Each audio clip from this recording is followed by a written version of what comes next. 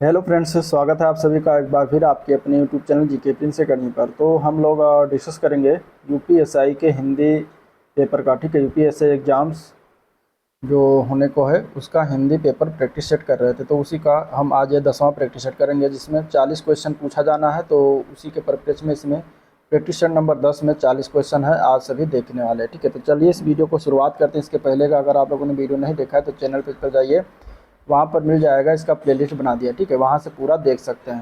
शुरुआत करेंगे practice number 10। और स्टार्ट करने से पहले अगर आप लोग चैनल पर नए अभी तक सब्सक्राइब नहीं करते तो चैनल को सब्सक्राइब कर लीजिएगा, साथ ही साथ वीडियो को भी लाइक करते चलिएगा। पहला क्वेश्चन है, इनमें से किसका उच्चारण स्थान ओष्ठ है। ठीक है, और आप लास्ट में 40 क्वेश्चन में आपका कितना सही जा रहा है ये ज़रूर बताइएगा। इनमें से किसका उच्चारण स्थान ओष्ठ है, इसमें से ओष्ठ वर्ण इनमें से कौन सा ये बताना। तो देखिए, ओष्ठ वर्ड जहाँ पर ओठों के माध्यम से बोला जाता है वो वर्ड, जैसे कि अगर हम पा वर्ग लेते हैं प फ ब, तो इसमें देखिए दोनों ओठों का मिलन से हमें ये वर्ण निकल रहा है, तो वो ओष्ठ हो जाएगा। आंसर डी ऑप्शन इसका राइट है। ठीक है, पा वर्ग क्या है, पा ओष्ठ है इसका उच्चारण स्थान। ग जो दिया गया ये कंठ होता है, कंठ इसका उच्चारण स्थान है। त की अगर हम बात करें तो दांतों के माध्यम से बोला जाता है, दंत हो जाता है। और चा जो है ये तालव्य है, चा क्या है, तालव्य इसका उच्चारण स्थान। चलिए, बचपन संज्ञा का कौन सा प्रकार है। संज्ञा के प्रकार की बात करेंगे तो यहाँ पे बचपन शब्द जो है ये भाववाचक संज्ञा है। आंसर सी ऑप्शन करेक्ट हो जाएगा। भाववाचक में जैसे मिठास हो गया, ठीक है, मिठास है, खटास है, भूख है, मानवता है, ये सभी क्या है, भाववाचक संज्ञा के अंतर्गत आते हैं। क्वेश्चन नंबर 3 है, देव प्रसन्न होकर मनुष्यों को वर देता है। वाक्य में देव शब्द का बहुवचन बताना है। ठीक है, इसका आंसर बताइए क्या हो जाएगा कमेंट में। देव प्रसन्न होकर, तो यहाँ पे देव शब्द का बहुवचन बेसिकली बताना है, तो आंसर क्या हो जाएगा इसका बहुवचन, देवगढ़। ठीक है, आंसर क्या हो जाएगा इसका, देवगढ़ हो जाएगा। अब अगर देव का स्त्रीलिंग देव पुल्लिंग है तो इसका स्त्रीलिंग क्या हो जाएगा, देव का देवी। ठीक है, तो यहाँ पे राइट आंसर इसका ए ऑप्शन करेक्ट है बिल्कुल। चलिए, अगला प्रश्न है, इनमें से संबंधवाचक सर्वनाम का प्रयोग किन किन वाक्यों में हुआ है। ठीक है, मतलब किन वाक्यों में बेसिकली हुआ है संबंधवाचक परिणाम, संबंधवाचक सर्वनाम। सर्वनाम की बात करेंगे तो सर्वनाम आप लोग पढ़ लीजिएगा। यहाँ पे सर्वनाम किन दो के बीच हुआ है, किन वाक्यों के बीच हुआ है, तो यहाँ पे 4 नंबर का आंसर हो जाएगा डी ऑप्शन। जो सोता है सो खोता है, जिसने परिश्रम किया वो सफल हो गया, जैसी करनी वैसी भरनी। तो यहाँ सभी में संबंधवाचक सर्वनाम बता रहा है, तो आंसर क्या हो जाएगा, डी ऑप्शन उपरोक्त सभी। चलिए, क्वेश्चन नंबर 5 है, लड़का धीरे धीरे चल रहा है। इस वाक्य में धीरे धीरे किस प्रकार का क्रिया विशेषण है। धीरे धीरे, धीरे धीरे की बात करेंगे तो ये जो कि अगर ऑप्शन की बात करें, अगर आपको कहीं 2 शब्द मिल जाए धीरे धीरे, तो ये रीतवाचक हो जाएगा। आंसर ए ऑप्शन करेक्ट है, रीतवाचक क्रिया विशेषण। चलिए, क्वेश्चन नंबर 6 है, निम्नलिखित में से बताना है स्वागत का विच्छेद क्या होगा। संधि विच्छेद स्वागत का करेंगे तो क्या हो जाएगा, तो इसका विच्छेद होता है सु प्लस आगत। क्या होता है, सु प्लस आगत होता है, जो कि ए पार्ट में दिया गया, तो ए पार्ट इसका करेक्ट है। किस प्रकार की संधि का उदाहरण, तो यड़ संधि। किस प्रकार की संधि के अंतर्गत आएगा, तो यड़ संधि आएगा। ठीक है, चलिए, क्वेश्चन नंबर 7 है, इनमें से ईर्ष्या शब्द का पर्यायवाची कौन सा होगा। ईर्ष्या शब्द का पर्यायवाची यहाँ पे बताना है, तो इसमें से अगर देखा जाए तो डी ऑप्शन इसके लिए करेक्ट है। डाह शब्द क्या होता है, ईर्ष्या का पर्यायवाची होता है। ईर्ष्या के अन्य पर्यायवाची में जलन शब्द है, उड़न है। ठीक है, इसके अलावा द्वेष होता है ईर्ष्या का पर्यायवाची। इसके अलावा मत्सर, मत्सर याद रखिएगा। हसद जो है, हसद ये भी जो है क्या ईर्ष्या का पर्यायवाची है, हसद। तो ये सभी जो है ईर्ष्या का पर्यायवाची होता है। चलिए, अगला प्रश्न, निम्न में से कौन सा शब्द इसमें से सही शब्द लिखा हुआ है। समाहार कौन सा इसमें से सही रूप से लिखा हुआ है, तो वर्तनी की दृष्टि से देखेंगे तो ये पार्ट इसका करेक्ट है। ठीक है, मैंने आम खा लिया है, इस वाक्य में प्रयुक्त काल पहचानना। चलिए, क्वेश्चन नंबर 9 का आंसर बताइए क्या हो जाएगा, मैंने आम खा लिया है। इसमें किस प्रकार के काल में ये प्रयोग किया गया वाक्य लिखा हुआ है, तो यहाँ पे आंसर क्या हो जाएगा, ये आसन्न भूत में लिखा। आसन्न भूत से क्या होता है, क्रिया की समाप्ति निकट भूत या फिर तत्काल में सूचित होते हैं। मतलब पास्ट में तुरंत क्रिया की समाप्ति पर जहाँ हो रही हो या होने की सूचना हो रही हो, वहाँ पे क्या होता है, आसन्न भूतकाल होता है। जैसे कि मैंने आम खा लिया, जैसे कि मैंने अभी अभी स्नान कर लिया है, तो ये सभी चीज़ें जो है आसन्न भूत के अंतर्गत आएंगी। क्वेश्चन नंबर 10, 11, 12 आपको ये गद्यांश पढ़कर जो है इसका उत्तर देना है। गद्यांश यहाँ पर है, इसको पढ़िएगा। इसके बाद गद्यांश ये दिया गया है पूरा। ठीक है, तो आप वीडियो पॉज करके इस गद्यांश को पूरा पढ़ लीजिएगा एक बार, फिर आइएगा क्वेश्चन की तरफ। हम चलते हैं क्वेश्चन की तरफ।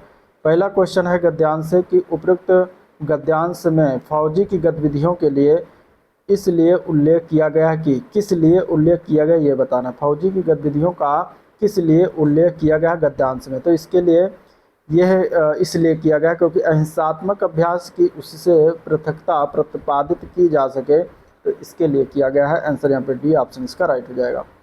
क्वेश्चन नंबर 11 है, धर्म ग्रंथ में सर्वाधिक बल दिया गया है, गद्यांश के अनुसार बताना है क्या दिया गया है, तो सदाचारों के नियमों पर बल दिया गया है, तो आंसर ए पार्ट राइट हो जाएगा।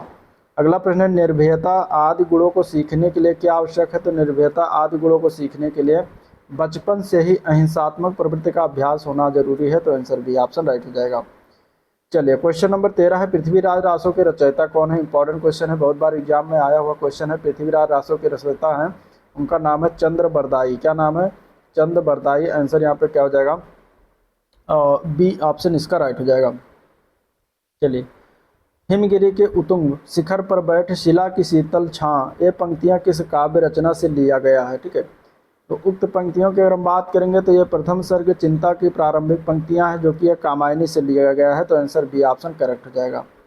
कामायनी से ये लिया गया है। चलिए, इनमें से कलिकथा वाया बाईपास उपन्यास के रचनाकार कौन है। ठीक, कलिकथा वाया बाईपास जो उपन्यास है, इसके रचनाकार कौन है। ऑप्शन कुछ इस तरीके से दिया गया है, कलिकथा वाया बाईपास के उपन्यास है, इसके रचनाकार का नाम बताना है, तो यहाँ पे आंसर क्या हो जाएगा, कलिकथा वाया बाईपास उपन्यास के रचनाकार अलका सरावगी हैं। आंसर बी ऑप्शन राइट है। ठीक है, इस उपन्यास के लिए इन्हें साहित्य अकादमी पुरस्कार भी दिया गया था, कब, 2001 में। चलिए, अगला प्रश्न है, भक्तिन का प्रसिद्ध डैश रेखा चित्र है, रिक्त स्थानों की पूर्ति करना। भक्तिन किसका प्रसिद्ध रेखा चित्र है, ये बताना है। भक्तिन जो है ये महादेवी वर्मा का है, पहली बात, और ये इनका जो है संस्मरण है, तो यहाँ पे आंसर क्या हो जाएगा, बी ऑप्शन, संस्मरण रेखा चित्र है। आंसर बी ऑप्शन राइट है। चलिए, पहला ज्ञानपीठ पुरस्कार किस लेखक को प्रदान किया गया था। पहला ज्ञानपीठ पुरस्कार यहाँ पे अगर हम देखेंगे तो जी शंकर कुरूप को दिया गया था।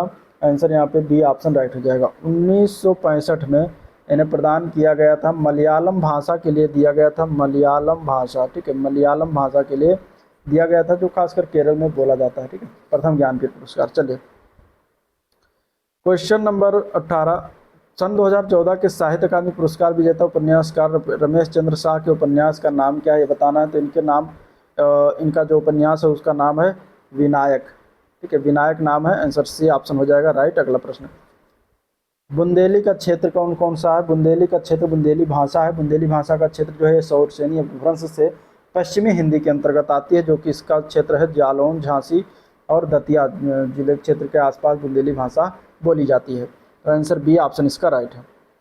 क्वेश्चन नंबर 20 से, वैज्ञानिक तथा तकनीकी शब्दावली आयोग भारत सरकार के किस मंत्रालय के तहत आता है। तो ये आता है जो है शिक्षा मंत्रालय के तहत। आंसर सी ऑप्शन करेक्ट हो जाएगा। 1961 में, ठीक है, 1961 में प्रख्यात वैज्ञानिक थे डॉक्टर DS कोठारी की अध्यक्षता में इसका जो है गठन किया गया था। चलिए, जो ध्वनियाँ न स्वर है न व्यंजन है उन्हें क्या कहा जाता है। तो जो ध्वनियाँ न स्वर है न व्यंजन है उन्हें हम कहते हैं अयोगवाह। क्या कहते हैं, अयोगवाह। उसमें अगर हम बात करेंगे तो एक बिंदी हो जाती है और एक विसर्ग हो जाता है। ठीक है, बिंदी जो होती है इसको कहते हैं अनुस्वार। ठीक है, और ये जो होता है डबल बिंदी है विसर्ग कहलाता है, तो ये अयोगवाह के अंतर्गत आता है। इनमें से कौन सा शब्द संज्ञा है। संज्ञा शब्द की अगर बात करेंगे तो यहाँ पे अक्रोध शब्द क्या है, संज्ञा होती है। ठीक है, कौन सी संज्ञा होती है, भाववाचक संज्ञा होती है। बाकी ये तीनों जो लिखे हुए ये क्या है, ये विशेषण का रूप है। चलिए, नेता का स्त्रीलिंग बताना। स्त्रीलिंग, नेता का स्त्रीलिंग, इसमें से कौन सा होगा, नेता का स्त्रीलिंग नेत्री होगा। आंसर बी ऑप्शन राइट हो जाएगा। दिए गए विकल्पों में से प्रति का बहुवचन कौन सा विकल्प है। प्रति का बहुवचन यहाँ पे अगर देखा जाए तो प्रतियां हो जाएगा, तो आंसर क्या है, बी ऑप्शन इसका राइट हो जाएगा। ठीक है, अगले प्रश्न की तरफ बढ़ेंगे। क्वेश्चन नंबर 25 है, आप भला तो जग भला। इस वाक्य में रेखांकित शब्द कौन सा सर्वनाम है। आप के बारे में पूछा गया कि ये कौन से प्रकार का सर्वनाम है। तो ये अगर आता है तो ये निजवाचक सर्वनाम के अंतर्गत आता है। ठीक है, आप आंसर यहाँ पे बी ऑप्शन इसका राइट हो जाएगा।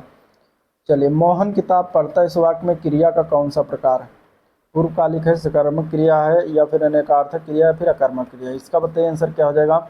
तो यहाँ अगर हम देखें तो ये सकर्मक क्रिया का उदाहरण है। आंसर बी ऑप्शन राइट हो जाएगा। ठीक है, चलिए क्वेश्चन नंबर 27, यह कुत्ता मेरा है, इस वाक्य में प्रयुक्त विशेषण का प्रकार बताना है। विशेषण की अगर हम बात करेंगे तो देखिए यह कुत्ता मेरा, यहाँ पे विशेषता बताया जा रहा है किससे, सर्वनाम लगाकर, तो सार्वनामिक विशेषण हो जाएगा, आंसर ए पार्ट हो जाएगा। यह वो, ऐसा, वैसा, जैसा, कैसा, कोई, ये सभी अगर आपको कहीं मिल जाए और विशेषण पूछा जाए तो सर्वनामिक विशेषण हो जाएगा। पहली पुस्तक वापस करो, इसमें पहली कौन सा विशेषण है। अब यहाँ पे संख्या आ गई, संख्या जहाँ पे आ जाता है वहाँ पे कौन सा क्रमवाचक हो जाता है, ठीक है। जिन शब्दों के द्वारा संख्या क्रम का बोध हो, पहली, दूसरी, तीसरी, इस तरीके से, तो वहाँ क्रमवाचक विशेषण होता है, आंसर बी ऑप्शन राइट है। अगला क्वेश्चन है, परिमाणवाचक विशेषण किसका के द्वारा किसका बोध होता है। परिमाणवाचक विशेषण के द्वारा हम वस्तु के नाप तौल का विशेषण का भी बोध होता है, तो आंसर यहाँ पे ए बी ऑप्शन हो जाएगा, नाप तौल, ठीक है, आंसर क्या है, बी ऑप्शन। चलिए, क्रिया विशेषण के कितने भेद होते हैं। क्रिया विशेषण के सामान्यतः 4 भेद होते हैं, आंसर ए पार्ट है। कौन कौन सा होता है, तो एक उसमें होता है रीतवाचक क्रिया विशेषण, दूसरा उसमें होता है कालवाचक क्रिया विशेषण, तीसरा कौन सा होता है, स्थानवाचक क्रिया विशेषण, ठीक है, स्थानवाचक क्रिया विशेषण, चौथा कौन सा है, परिमाणवाचक क्रिया विशेषण। ये 4 प्रकार के होते हैं क्रिया विशेषण, ठीक है, आंसर क्या हो जाएगा, ए पार्ट करेक्ट हो जाएगा। चलिए, मंत्री जी ने पर्याप्त समय दिया है, इस वाक्य में क्रिया के किस क्रिया विशेषण का प्रयोग किया गया है, ठीक है, इसमें कौन सा क्रिया विशेषण का प्रयोग किया गया है, तो 31 का आंसर क्या हो जाएगा, यहाँ पे परिमाणवाचक क्रिया विशेषण के अंतर्गत आएगा, ठीक है। तिलक किस प्रकार का शब्द है, अगला क्वेश्चन बताना है, तो तिलक शब्द होता है तत्सम, तो आंसर हो जाएगा बी ऑप्शन। इसका तद्भव क्या होता है, टीका, तिलक का तद्भव होता है टीका, इसका तत्सम होता है तिलक, तो यहाँ पे आंसर बी ऑप्शन राइट है। चलिए अगला क्वेश्चन, क्वेश्चन नंबर 33 दिया गया है, श्रावण शब्द का तद्भव रूप क्या होगा। श्रावण शब्द का तद्भव होता है सावन, जो कि डी पार्ट में दिया गया है, ठीक है। निष्काम शब्द में कौन सा उपसर्ग, उपसर्ग बताना है, उपसर्ग कहाँ पर लगता है, उपसर्ग लगता है मूल शब्द के पहले, तो यहाँ पे अगर हम देखें तो निस उपसर्ग लगा हुआ है, जो कि दिया गया है बी पार्ट में, तो बी पार्ट करेक्ट हो जाएगा, निस उपसर्ग, ठीक है। चलिए क्वेश्चन नंबर 35 है, निम्नलिखित में से बताना है कि महत्व में कौन सा प्रत्यय है। अब प्रत्यय पूछा गया तो प्रत्यय जो होता है मूल शब्द के बाद में लगता है, तो महत्व में प्रत्यय की बात करेंगे तो यहाँ पे त्वा शब्द लगा है, ठीक है, त्वा, त्वा प्रत्यय लगा हुआ है। महत्व, गुरुत्व, लघुत्व, व्यक्तत्व, ये सभी त्वा प्रत्यय लगकर जो है अपना प्रत्यय बनाते हैं, शब्द बनाते हैं। चलिए क्वेश्चन नंबर 36 है, सही संधि विच्छेद वाला बताना है, कौन सा विकल्प सही है। धर्मात्मा का, धर्मात्मा का उचित संधि विच्छेद करेंगे तो धर्म प्लस आत्मा बनेगा, जो कि ए बी पार्ट में सही रूप से लिखा हो, तो बी पार्ट करेक्ट हो जाएगा। ये दीर्घ स्वर संधि के अंतर्गत आता है।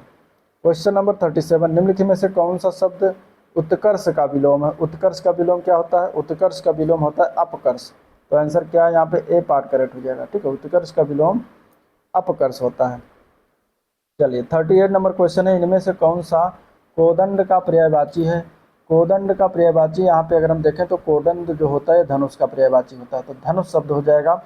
धनुष का अन्य पर्यायवाची धनु होता है, कमान होता है, ठीक है, धनु, कमान और कमरबंद, कमरबंद भी इसी का पर्यायवाची होता है। कमरबंद भी किसका होता है, इसी का पर्यायवाची होता है। सॉरी, कमरबंद नहीं था, शरासन, माफ करिएगा, यहाँ पे शरासन, ठीक है, शरासन, शरासन, ये शरासन जो होता है ये होता है धनुष का पर्यायवाची, ठीक है। चलिए, इनमें से कौन सा शब्द परिकर का अनेकार्थी नहीं है।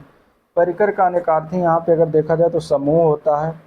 परिकर का अनेकार्थी यहाँ पे परिवार होता है और कमरबंद होता है, लेकिन क्षत्रिय नहीं होता, ठीक है। परिवार परिकर का अनेकार्थी शब्द क्षत्रिय नहीं होता, तो आंसर डी ऑप्शन इसका राइट है। चलिए, वो सदा से चला आ रहा है, इस अभिव्यक्ति के लिए उपयुक्त कौन सा शब्द है। एक शब्द में इसको हम कहेंगे अनवरत, क्या कहेंगे इसके लिए, अनवरत कहेंगे, आंसर यहाँ पे सी ऑप्शन राइट है। तो ये था ओवरऑल वीडियो जिसको हम लोगों ने देखा। डिस्कस किया, वीडियो पसंद आया तो लाइक करिए, चैनल को सब्सक्राइब नहीं किया तो सब्सक्राइब कर लीजिएगा, ठीक है। और आज का वीडियो प्रेजेंट करेंगे, मिलेंगे नेक्स्ट प्रैक्टिस सेट में, जो होगा प्रैक्टिस नंबर 11वां। तो आज के लिए इतना ही, थैंक यू।